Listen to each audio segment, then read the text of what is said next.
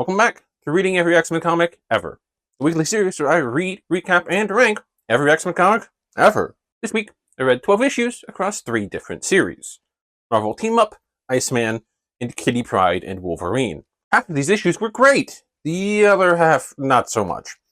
And if you've kept up with the series, you can probably guess which half is which.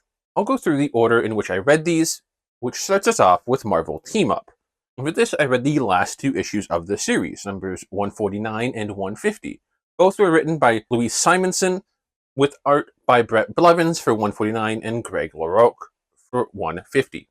Both issues are pretty mid, which is admittedly better than usual for Marvel Team Up, or at least better for the mutant-centric issues I've read. There's just nothing in them that makes me care about any of the characters in the story. In these 2 issues, we have Cannonball fighting off the Incandescent Man while Spidey sits back and films the whole thing. And then we have Juggernaut surprising Black Tom with the gem that gave him his powers, resulting in Tom becoming another Juggernaut. And the 2 of them then fight Spider-Man and the X-Men. That's it, really. Nothing of lasting consequence happens, and the series just ends. But with that, that is all 14 mutant-centric Marvel Team-Up issues read. These 2 are actually the highest scores of any of the issues, with a 5 and a 6. And this series as a whole ends up with a score of 3.5, which makes it the second worst partial run so far, right above Amazing Adventures Volume 2. The annuals for Marvel Team-Up actually got a higher average score with a 4, but that's only because I only had to read 2 of them, and one of them got a 3 and the other one got a 5. Moving on to Iceman, a 4-issue miniseries written by J.M. DeMatteis, with art by Alan Kupperberg. And I'll be honest, this had some potential, but it just squandered it by the end. The whole thing deals with Bobby Drake and his struggles over what he wants to do and what his parents want for him, which is an interesting story idea, and it gives Bobbert here more personality than he had in either the original X-Men run or Champions. However, the way this story ends, it just kind of feels like a letdown. We start with Bobby arriving in town for his dad's retirement party and meets a cute girl named Marge. The pair really connect, then they are ambushed by a pair of aliens. Iceman fights them off, but Marge's house gets destroyed in the process, and her family disappear. Going through the wreckage of the house, Bobby finds a box, and this box sends him to 1942 and into the arms of his younger, eventual parents. He gets attacked again, and his dad dies trying to help him. This sends Bobby out of existence, because, his dad's dead before he was even born. Bobby then relives his entire past in a matter of moments, and meets the cosmic entity known as Oblivion, who then tells Bobby that if he brings his daughter back to him, he will bring his father back from the dead. His daughter is Marge. To complete this quest, Oblivion just teleports him to Marge and talks with her, and as it turns out, they have similar issues. Bobby is too distracted by the fact that his dad is dead and he doesn't exist anymore to really care about what she wants. The 2 end up fighting, and he loses, but still fails his task successfully. This, however, is where the book starts to fall apart for me, and it wasn't great to begin with.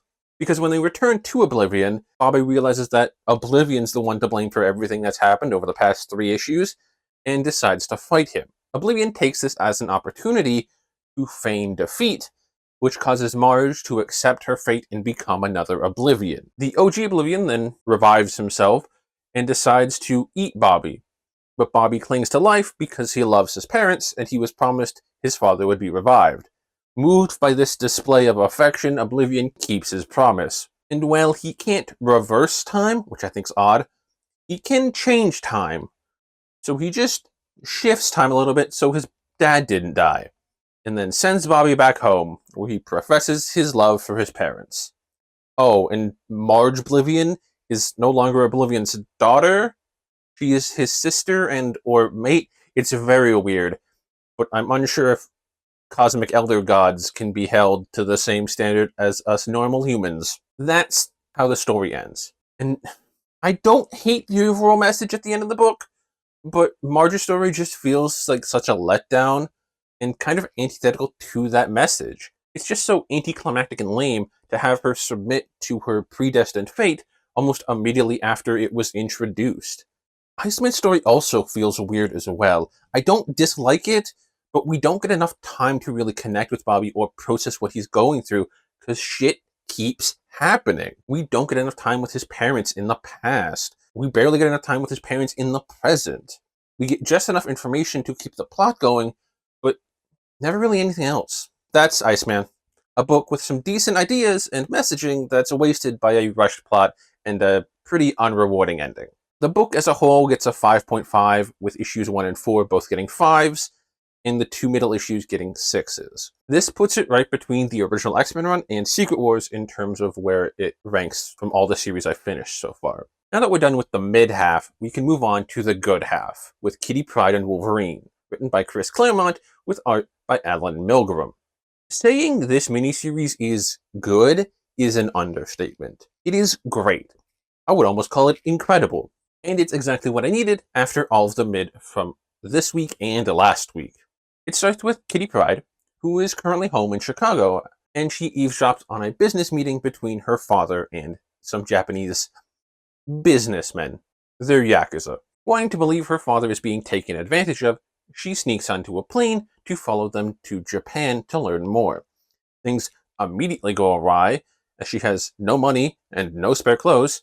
When she does eventually find her father, it turns out he is fully complicit in the money laundering scheme with the Yakuza. She is discovered and fights some guards and tries to escape, but is caught, knocked out, and brought to a mysterious location where she is conditioned and brainwashed into becoming a ninja assassin by a man named Ogun. At this point, Logan's arrived in Japan and has come looking for her. He gets an idea of what happened to Kitty and makes a deal with the Yakuza for Kitty's release. But he doesn't trust them at all, and for good reason, because an assassin ambushes him at the meeting place. Chasing this assassin down, he realizes that the assassin is Kitty herself. With some help from Yukio, Kitty is knocked out and taken to the Yoshida clan compound, where Wolverine tries his best to teach her how to beat Ogun's control over her. It takes a lot of tough love for Kitty to really understand what she's trying to learn, and it's only when she's about to give up and leave and go back to New York does she finally understand what she needs to do. Face Ogun herself, no matter the cost. As Kitty enacts her plan to face Ogun and fix all of the things that have gone wrong since the start of this story, she realizes that after everything that's happened, she is not Sprite or Ariel anymore. She's not even an innocent young girl named Kitty. She is Shadowcat.